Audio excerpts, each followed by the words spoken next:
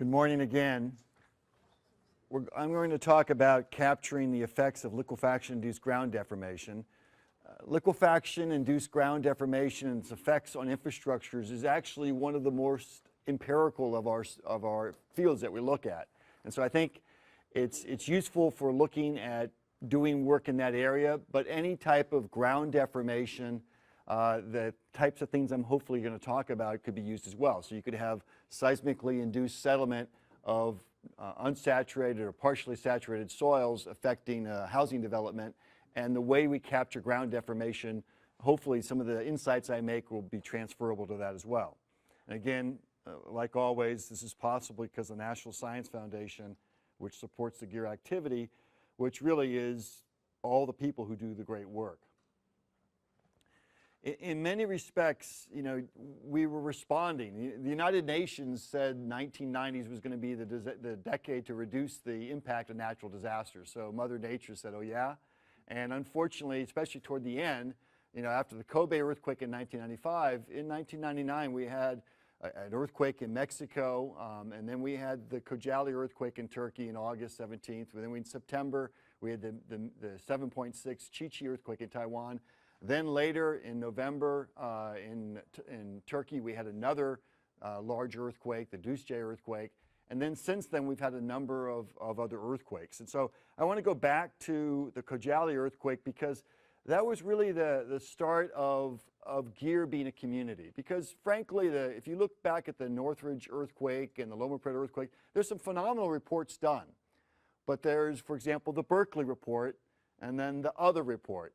And in fact, what NSF did is in a very meaningful way, or direct way, they said, okay, J.P. Bardet at USC and John Bray at UC Berkeley, I will fund these post-earthquake reconnaissance of this event, but you're going to work together.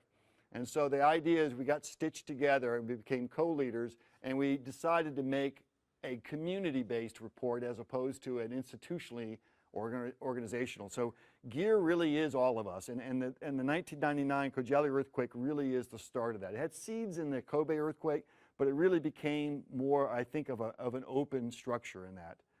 Unfortunately, the city of Adapazari was heavily damaged. A town that had rapid development in the 1990s because of the inflation rate of 30% in Turkey at the time, so put your money into infrastructure buildings. It grew to a city of about 180,000.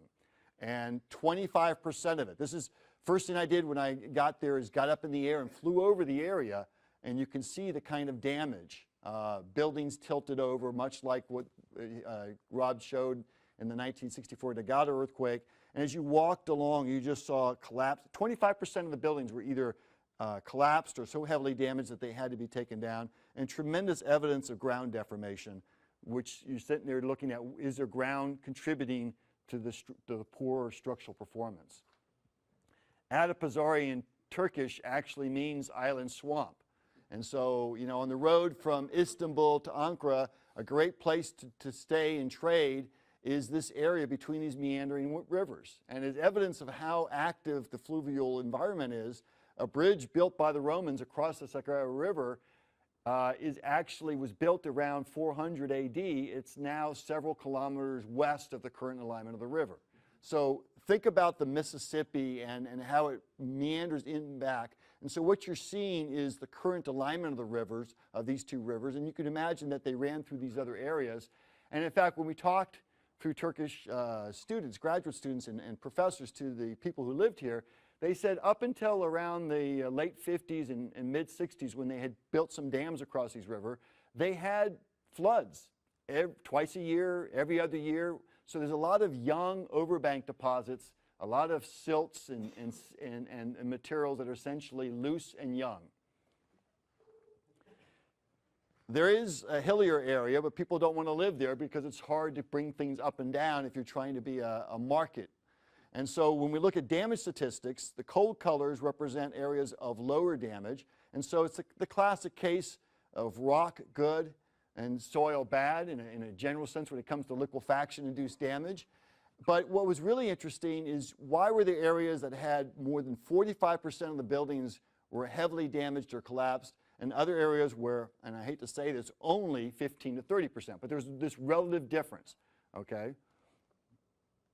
And so what we did is I was part of the advanced team, a graduate student under Chetan at the time, and now a professor in Turkey, and another Turkish graduate student, and myself and JP Bray kind of did the once over, and then we oriented the team and said, you need to go to Adipazari, and we need to do this in a very systematic way. So people like Jonathan Stewart and David Frost and a number of other people, Ellen Rathje, we had them walk building by building and do a survey across the building. Because that's a main street, there might be differences in construction, so we had them do a parallel line 2, a line 4 that goes north-south, a line 3 back here to offset. The whole idea is we can't capture all of the building response at that time, so what we're going to go ahead and capture on the order of a few percentage to be able to make inferences. And then there's interesting buildings that were from flyovers and just from general reconnaissance that we thought some of these are on the lines and some of these are off the lines to kind of add that. So we had line data and we had individual building data. Actually, the ERI team had Coburn involved, and they had a structural damage index that they used for rapid assessment. So we modified that slightly, but the idea is everyone was trained. In fact, everyone worked on the same set initially before that team went out. So you have teams of 2, but they're all working together and getting a consistent observations and then going out and doing their observations. To make things consistent, we said, okay, we're going to go structural damage index D0 to D5. And this is no observable damage, no architectural damage. This is light architectural damage, but no structural damage. D2 is you get actual cracking in any load-bearing elements, but there's not permanent displacement across them. D3 is you are seeing the actual permanent displacement across these load-bearing structural members. D4 is partial collapse, and D5 is collapse. So now you can rapidly assess a structure. Obviously, structural engineers and ERI, other people are going to do detailed analysis of structures. We want to rapidly capture that information before we lose it. But very importantly is, are these buildings performing better or worse in areas with and without ground failure? So we developed a ground failure index going from 0 to 3. 0 is no damage. 1 is minor amounts of settlement, no lateral movements, less than 10 centimeters of settlement, no lateral movements, very little tilt. Whereas, for example, 2 and then 3, you're getting to settlements greater than 25 centimeters, tilts greater than 3 degrees, significant lateral movements greater than 25 centimeters. And so everyone has a systematic way of collecting data and then sticking it into a box. Why that's useful is I'll just do a subset. So this is along line 1. It's 60 structures where we map each building by ground failure index 0, 1, 2, or 3, as well as structural damage 0 through 5. And so you can see that there are places with very little ground deformation failure, and yet there's still buildings that are heavily damaged. I mean, a very poorly built building on good ground is still going to have problems. But you can see, just from looking at it, that where you had ground failure, higher rates of ground failure, you had a higher rate of building damage. And so that says, okay, there's probably something here. The key is to collect this data rapidly, because now that we have that data, we essentially have observations building by building of ground failure. We have ejecta, sand boils, deformations. We have surveys of building damage. Now we have that perishable data. Now we can go back the next summer when a lot of those buildings are gone and actually collect the geotechnical data. And so that's what we did. We actually received follow-on funding from the National Science Foundation as well as other sources, PEER, for example, to first we started with the cone, because one is it's more likely to be done in a standardized way around the world. In fact, the blow counts that I had been led to believe, I got really excited because I saw these points were going to follow along the resistance curve. They weren't going to be way to the left or way to the right. I'm going to have cases that just liquefied and didn't liquefy. Well, that's because they said the blow counts were on the order of about 15 to 25. When I saw how they did blow counts with a rod on its side, pushing it into the ground and having the donut hammer come up and boom, I realized that the energy they were putting in was probably on the order of about 20% or 30% of the energy. Once I did things right by the book, I actually brought over ASTM D1856 and 6066 SPT device, and we actually measured the energy. We got N60 values that were more in the 2 to 10 range. So it wasn't as exciting as I first thought. We zone in with the cones, and so we actually did 166 cones, and then we followed that with borings because at that time fines content and the characteristics of the fines were important, so we wanted to get samples, but we could target those materials that were potentially problematic and get those samples. And all this data is available on the web, so every researchers could then use it. We looked at that and said, okay, it's a little more complicated than that, but as a first cut, we can see 4 different generalized soil conditions within Adipazari. There are some liquefiable soils, and there actually is a color change because this is grayer material and this is actually browner at around 4 meters down. So we have these overbank deposits of low plasticity, non-plastics of slightly plastic silts, and then we have fill because they essentially wanted to build on this swampy ground to allow them to essentially develop it. We have other cases where we have that silt that may be liquefiable over dense sands that should not have liquefied. We have clayey materials that should not have liquefied over some deeper materials that could have liquefied. And then we have cases where we have these high plasticity clays, good strong stuff on top of dense sands. We can come back along line 1 and we say, okay, we've got some type 3 soils, non-liquefiable soils, and some liquefiable soils over liquefiable soils. And now that we have that data, we can put it together and we can come back here and we can explain this in the sense that, you know, our methods, with an important caveat, which I'll mention in the next slide, if our methods basically said these materials should not have liquefied, they did not liquefy. These materials should have had some liquefaction at depth, and they're at a lower rate of expressing that liquefaction at the ground surface, but you are seeing some liquefaction at the ground surface and building damage. In this area where you have liquefiable shallow soils on liquefiable intermediate depth soils, you have the highest rate of ground failure. So it's kind of confirming that with this one caveat, we can do this well. The important caveat at that time, in fact, the Yao et al. State-of-the-art paper that came out in 2001 based on that NCEER workshop was use the modified Chinese criteria and look at the percent of clay size materials. It's not the percent of clay size materials that matters. In fact, if you go back to the original Casagrande paper in 1937, he talks about the danger of looking at size of particles when you get into clay materials. It's mineralogy that matters. And so maybe a better proxy than the size of the materials and using a hydrometer to talk about clay size is to talk about mineralogy. And a good index of mineralogy in terms of the amount of clay fines and also the activity of those clays is plasticity index.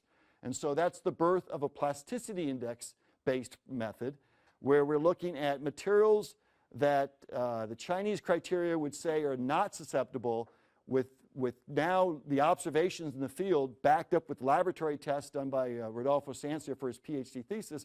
We have both laboratory confirmation and field confirmation that these soils with PIs less than or equal to 12 with high water content to liquid limit ratio, which is the index of sensitivity, those are the materials that are problematic. Very importantly, just because a soil is not susceptible to something we call liquefaction doesn't mean it's not a problem. You can have sensitive clays that cause major problems. Going to Chile, which I talked about earlier today, this hospital, the only way I found out about this is an EURI member who spoke Spanish had talked to someone who had heard about this hospital that had just been built that was adversely affected by that stuff called liquefaction. It took us several hours to get to this site, and as I'm driving to the site, I'm actually depressed because there's no geotechnical issues. And in fact, as I'm driving through the city, most of the buildings are one-story light buildings, and I'm not seeing any evidence of liquefaction. Then I get to this modern built, it was only 18 months ago it was built. It's got 5 stories, 6 stories. This is the number of stories. A lot of it's 6, 5, 3-story buildings. All of a sudden, I'm seeing against that building evidence, clear evidence of liquefaction. And so we always talk about liquefaction being bad for buildings. This is a case where the building is bad for the soil. That extra load of the soil, the building basically, it's static inertial, it's static load as well as the dynamic load help participate in liquefying and showing the evidence of that liquefied soil, which we didn't see in that other area. There's also some geologic conditions in this area as well. So actually Pedro was one of the team members here.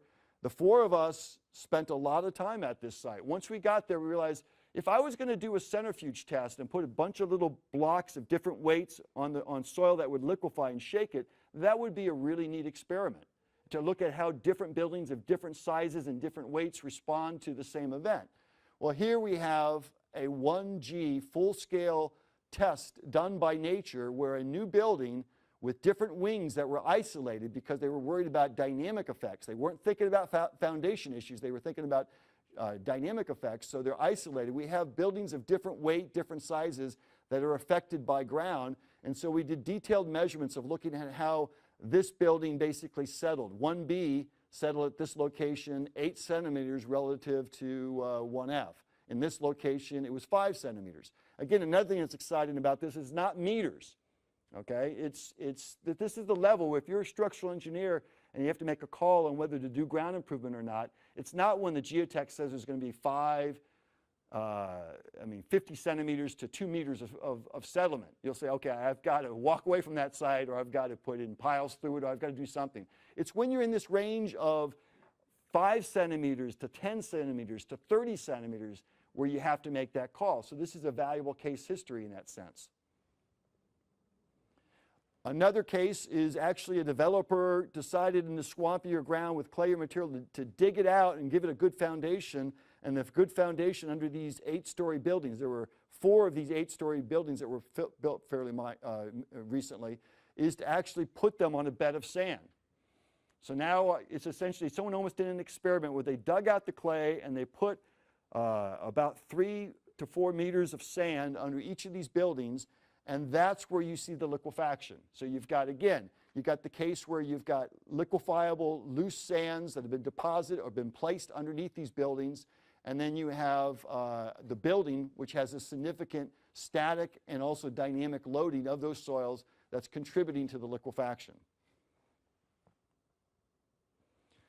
The building that had the biggest issue, and very importantly, is this building had no settlement and very minor structural damage. There was another building over here that had a little bit of settlement and some damage, and then this building had the most amount of damage.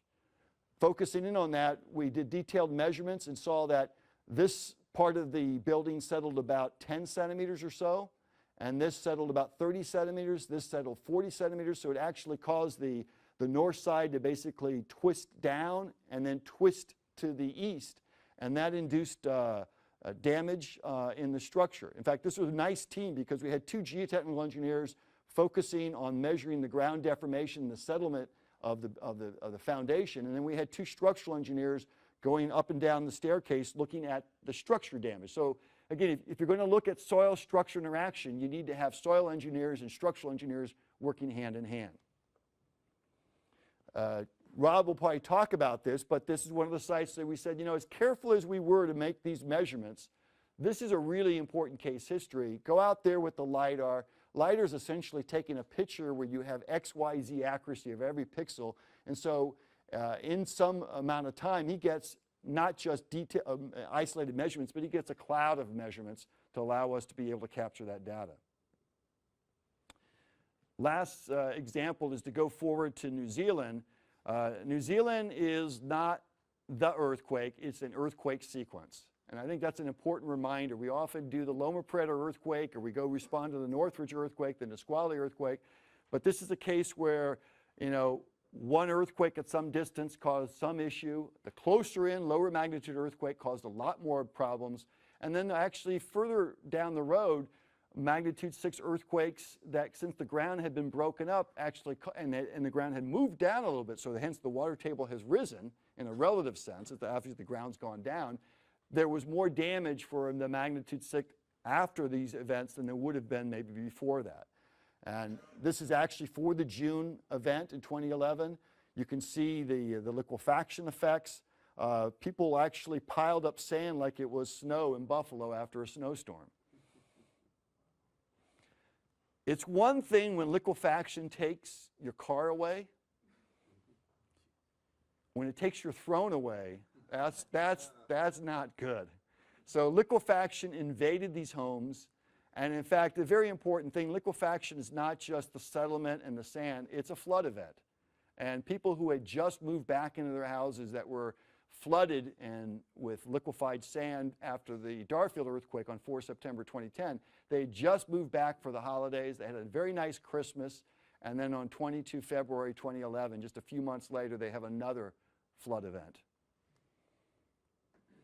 I've focused on residential, but a lot on the downtown area because we've got buildings on shallow foundations. They didn't want to go with piles because they have an aquifer, the Rickerton gravel, that if they punch into that, they basically have artesian pressures. And so they recognize that maybe deeper foundations would have been better sometimes, but they use shallow liquefaction. And again, this area of New Zealand is sort of more like Sacramento to California than it is being right in San Francisco. They knew they had the Alpine Fault, and they knew they have an issue with Wellington. There was some history of seismic issues in this area, but it wasn't at the forefront. Probably flooding and other kinds of events were, and getting from point A to B in terms of traffic was more important. They had buildings that basically slid and tilted. They had pile-supported structures that stood up, and so the ground settled with respect to the ground. They had Town Hall, unfortunately, a differential settlement that affected the heavy interior columns over the auditorium versus the outside columns, where we measured angle distortions of 1/70, and if you could look closely here, there's cracking here. So we're able to establish those thresholds. Very importantly, we had an area not too far from that had liquefaction, but I measured these very carefully, and the biggest differential settlement I found between columns was 4 centimeters. Most of them were 1 centimeter or less. And so there were places, and now that we have that data, then we can go back and find out, okay, they actually did drill piers below those spread footings to tie that below the liquefiable material, which was shallow at that site. One of the case histories I want to talk about is the CTUC building. You can see the obvious tilt here. You can see why, it's a 6-story building. We found out later that it's on spread footings with intersecting grade beams. It has a conventional type of construction for U.S. practice, so we think the things are transferable. You see the ejecta here, and you see the cracked beams. And very importantly, it's got a garage that we had access to so we could do some careful measurements. In fact, we use these devices. I'm a big fan now in terms of doing a lot of measurements of buildings. Something as simple as this, which you get from Home Depot, where you can shoot a laser, and once you set that up, then you can just very quickly get measurements within a centimeter accuracy within that building at each column level. And so that's what you're seeing here, is we use this as our reference point, because the whole ground probably liquefied and moved down a little bit due to deep liquefaction, but this was clearly affected by shallower liquefaction, and it was a taller building than this building. So we said, okay, that's our reference point. And then we measured, there was actually a pipe connection between that, so we measured 4 centimeters there, and then by shooting this laser, we were able to basically get relatively accurate measurements at the bottom of each beam where it connected to the main columns. And so you can see the differential settlement really becomes significant over the last 2 bays, and that's what leads to the total settlement relative to this being 0 of 31 centimeters here, 6 centimeters here, so there's 25 centimeters of differential, with most of it over the last 2 bays. They're 4.5 meter separations on average, and so you get an angle distortion of 1/50. So now you have the details. That one case history is worth it. So I still have my tape measure, and it has inches and centimeters on it, and I still use this, but what was that movie by Powers? Lasers can solve all your problems. Laser devices are really good for setting elevations, for taking measurements. Now that we have that data, we can come back and we can do cone penetration tests along the alignment. So this is essentially gumming along this part of the building, and you can see that there are soils that liquefy at depth, but what really contributed to the failure here is there's no liquefiable shallow soils in these areas, but it's a liquefiable soil here that just cuts the edge of this building that largely led to the damage. And so now we actually, to add to that, we decided to do closely spaced CPTs in this parking lot where we had access, so we could actually define there's liquefiable soils here, here, and here at depth, but it's this shallow river that basically cut through, that came through this area, that clipped this building that led to that kind of damage. So now we have a very nice case history that now we're saying, okay, can we analyze this and can we capture this with our analytical methods? So as we're collecting this data, I always go back to something I talked about earlier, the principles of reconnaissance. You know, at that point when I went into Christchurch, in fact, I was going to go to Japan, and they had the delay because of the nuclear power the issue, the Fukushima. And so it was Michko Szymanowski, a professor at the University of Canterbury, said, you know what, a few people have come here, but they couldn't go into the central business district because it was off limits. You have the opportunity to go there, and it's worth taking a look at.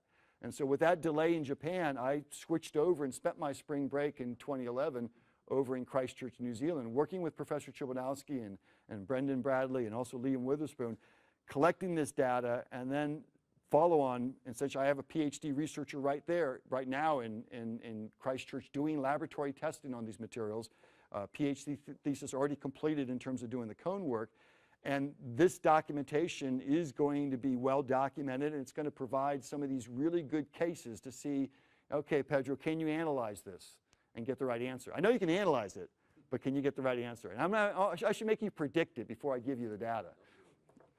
But now that all the data is freely available, that's one of the key things is GEER, by sharing that data in Turkey, that was really the first time people basically put data out there.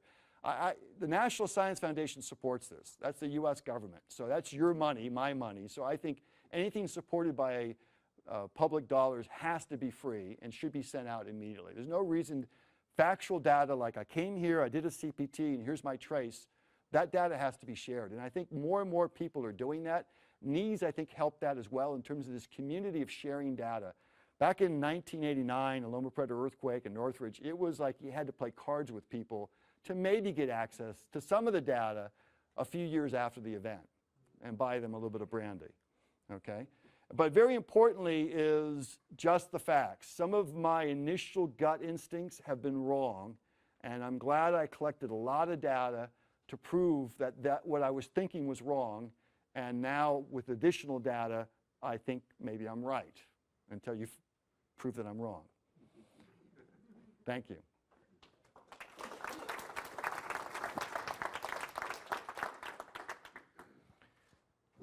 Any quick questions?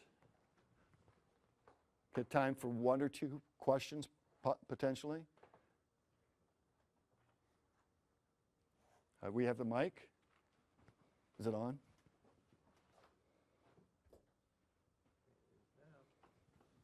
Right there. Well, thank you for your presentation.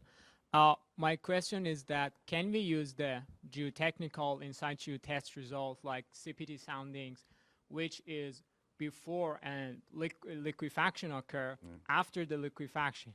Let me put it in other words. For example, in New Zealand, we had 2 earthquakes. Can we use the CPT results before the first earthquake occurred for the qualifying the observation after the second earthquake has occurred?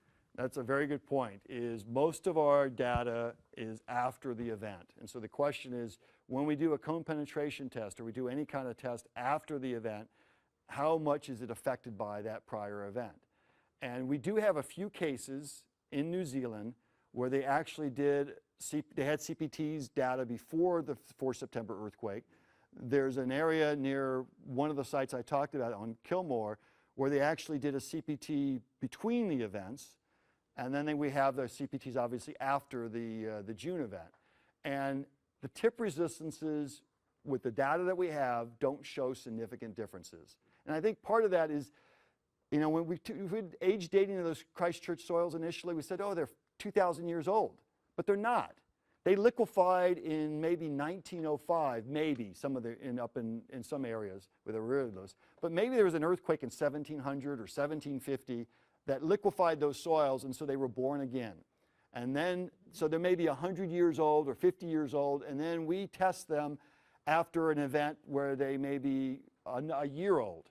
And there is an aging effect that we're not capturing, but sands that reliquefy and then reconstitute through pluviation through water, those soils structures haven't changed that much. And so we're not seeing as big a difference as I thought we might see.